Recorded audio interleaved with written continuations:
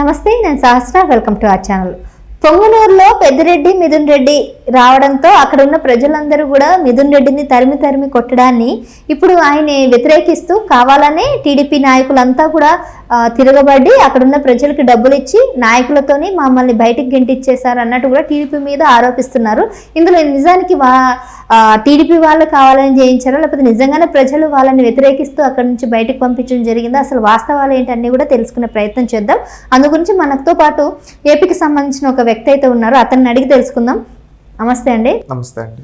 So ఇట్లా Mithun Reddy press meet పెట్టి చెప్తా ఉన్నాడు, కావాలనే చంద్రబాబు నాయుడు నారా లోకేష్ కక్ష కట్టి నన్ను వెంటాడి తరిమి కొట్టించేటట్టు చేశారు, నా సొంత ఊరికి నేను వెళ్ళే విధంగా లేకుండా చేశారన్నట్టు కూడా ఆయన మాట్లాడుతున్నాడు.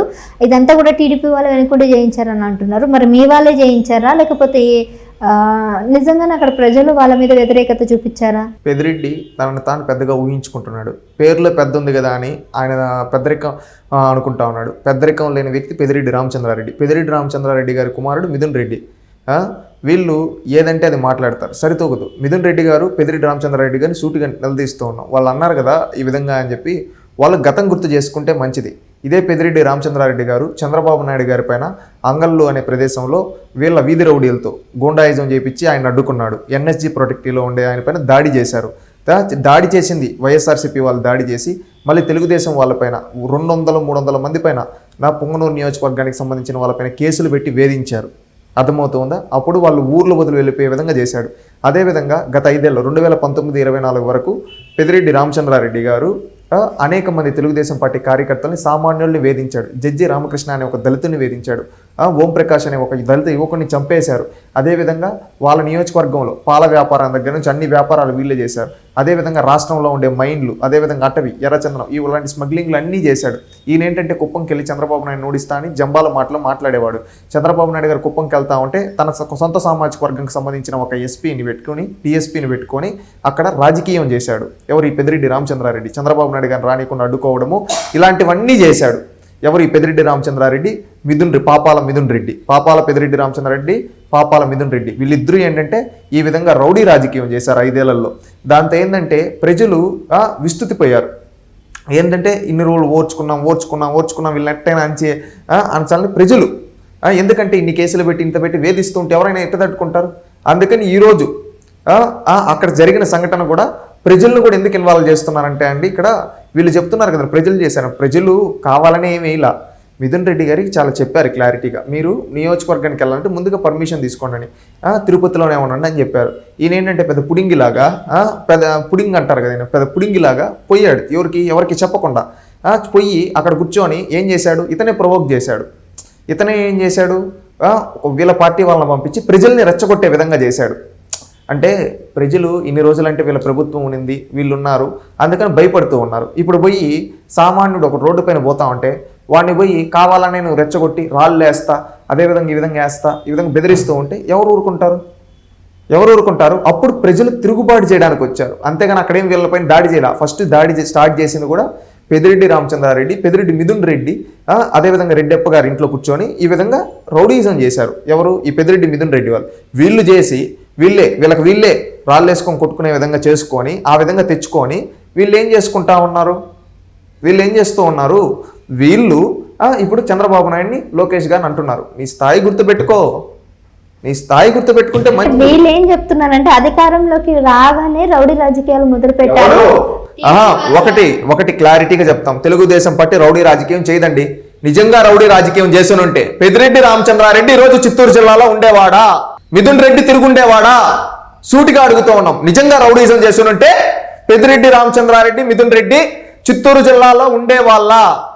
ఈరోజు పెద్దిరెడ్డి రామచంద్రారెడ్డి అనే వ్యక్తిని ఎవడు పట్టించుకోవటంలా? సూటిగా చెప్తున్నాం కదా, పెద్దిరెడ్డి రామచంద్రారెడ్డి తనను తాను ఎక్కువ ఊహించుకుంటున్నాడు. ఇప్పుడు ఎవరు దేకకపోయే తాలకి ఏదో జరిగిపోయింది, ఏదో హైప్ కోసం ఈ విధంగా చేస్తున్నాడు. తెలుగుదేశం పార్టీ అనేక లక్ష్యాలు ఉన్నాయి. రాష్ట్రాన్ని అభివృద్ధి చేయాలి. ఈ జగన్మోహన్ రెడ్డి ఆర్థికంగా రాష్ట్రం నలిగిపోయేటట్టు చేశాడు. ఆ అప్పుల నుంచి రాష్ట్రాన్ని బయటపడేయాలి. అదేవిధంగా వీళ్ళ ప్రభుత్వంలో రోడ్లు, అన్ని రంగాలని విధ్వంసం చేశారు.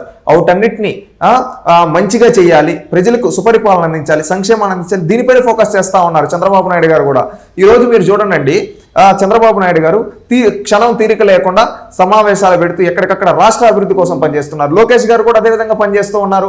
అంతెందుకు ఈరోజు పెద్దిరెడ్డి రామచంద్రారెడ్డి గారు జగన్మోహన్ రెడ్డి గారు కావచ్చు, వైఎస్ఆర్సీపీ కేబినెట్ లో 2 సార్లు కేబినెట్ కుర్పులు చేశారు కదా, ఎంతో మంది మంత్రులుగా చేశారు కదా. ఎవరైనా ఈ రోజు నారా లోకేష్ గారు పనిచేసి ఒక్కరోజు పనిచేసే విధంగా వాళ్ళ 5 ఏళ్ళలో ఒక్కరోజన్నా పనిచేశారా? సూటిగా అడుగుతూ ఉన్నాం. ఈ రోజు లోకేష్ గారు తెల్లారు లేసినప్పటి నుంచి ప్రజా దర్బార్ అంటాడు, ఆ తర్వాత అధికారులతో రివ్యూ, ఎడ్యుకేషన్ సెక్టార్ గురించి, అదేవిధంగా ఐటీ సెక్టార్ గురించి, ఎలక్ట్రానిక్స్ గురించి, రియల్ టైం గవర్నెన్స్ గురించి, వీటి గురించి సమీక్షా సమావేశాలతో పూర్తిగా ఆయన బిజీగా గడుపుతున్నారు. అదేవిధంగా చంద్రబాబు నాయుడు గారు కూడా ఎక్కడికక్కడ ఇప్పుడు వానలు పడుతూ ఉన్నాయి, దానికి సంబంధించి కొన్ని దగ్గరలో వర్షాలు ఎక్కువ ఉంటే అక్కడ కలెక్టర్లతో సమావేశం, ఎస్పీలతో సమావేశం, అక్కడ ఎలాంటి చర్యలు తీసుకోవాలనేది. అదేవిధంగా వీళ్ళ ప్రభుత్వంలో ఎక్కడికక్కడ చెరువుల్లో అంతా ఏంటంటే ఇసుకలు ఆగేశారు. దానివల్ల ఏంటంటే చెరువు కట్టలు ఉంటాయి కదా, వీక్ అయిపోయి ఉన్నాయి. అవి ఒకవేళ తెగితే ఏమవుతుంది, ప్రాణ నష్టం ఏమన్నా జరుగుతుందేమో అని చెప్పి ముందుగా దావేం జరగకుండా నివారణ చర్యలు అనేది తీసుకుంటూ ఉన్నారు చంద్రబాబు.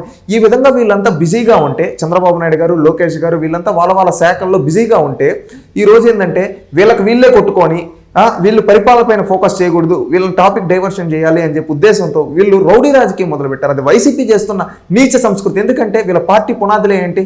శవ రాజకీయాలు, విష ప్రచారాలు. అవి అవుట్ నమ్ముకొని ఈరోజు ప్రజల్లో ఏదో భయభ్రాంతులకు గురి చేయడం కోసం ఇలాంటి నీచ రాజకీయానికి తెరదీశారు. జగన్మోహన్ రెడ్డి కావచ్చు, పెద్దిరెడ్డి రామచంద్రారెడ్డి కావచ్చు, మిథున్ రెడ్డి కావచ్చు. ఇప్పుడు మేము ఒక్కరిమే గెలిచాము, సో మా మీద కూడా కక్ష కట్టారు, మిగిలిన వాళ్ళంతా ఎలా ఓడిపోయారు, కక్ష కట్టి కావాలని చేస్తున్నారని వాళ్ళని ఎవరు పట్టించుకోవటం లేదు. వీళ్ళే హైప్ కోసం ఏదో వీళ్ళు పుడింగులు అని చెప్పుకునే దానికోసం చేసుకుంటున్నారు తప్పితే తెలుగుదేశం పార్టీ పెద్దిరెడ్డి రామచంద్రారెడ్డి గారి గురించి ఆలోచించే అంత సమయం లేదు. ప్రజల గురించి ఆలోచిస్తున్నాం.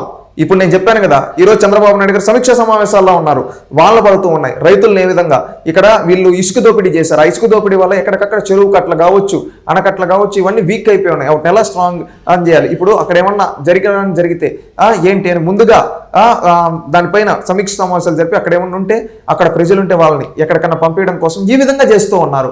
ఈ విధంగా పరిపాలనపైన ఫోకస్ చేస్తూ ఉంది తెలుగుదేశం పార్టీ కావచ్చు, చంద్రబాబు నాయుడు గారు కావచ్చు, లోకేష్ గారు కావచ్చు. అసలు రౌడీ రాజకీయం అనేది వైఎస్ఆర్సీపీ రాజకీయం.